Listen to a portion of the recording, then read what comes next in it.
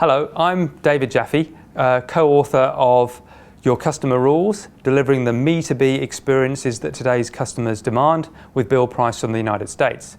The first question I'd like to talk to today is, why did we write this book now? Well, Bill and I thought that there was a new thing happening in business, which was that the customer was starting to be in control. This was happening through social media, the ability to rate companies, the ability of customers to now influence other customers in a new way. And this was happening in a world that was now becoming more complicated. There are a lot more channels. Now we've got internet, chat, we've got face-to-face, call centers, and so it goes on. So we really felt that there were a whole bunch of unsolved problems that we wanted to look into. And so we researched this with companies all over the world. So why should anyone want to read this book? The reason I think it will help companies is that we've laid out a pretty good methodology for how to respond to those problems.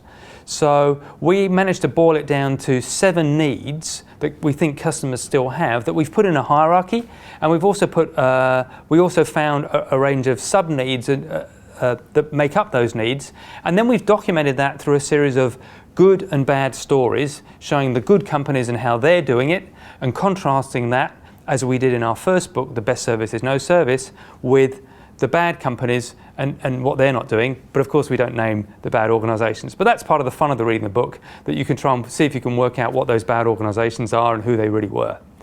So what else is new and different in the book? Well, firstly, we've questioned some business orthodoxy. Let me take one example. The theory of customer relationship management has been around now for probably 15, 20 years.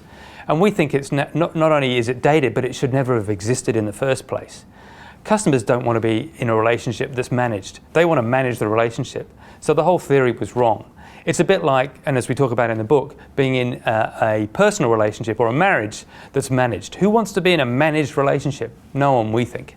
And that's just one of the things we explore. We also look at things like, what is the nature of the companies that do it well compared with those who don't? What is their underlying strategies? And then we look at some of the building blocks that we think organizations will need to deliver some of those answers. So we think it really gives you a roadmap. We think it'll challenge a lot of businesses in what they've been doing, but we think they'll come away with some great ideas and some showcase examples that they'll be able to use to change their strategy moving forward. Thank you.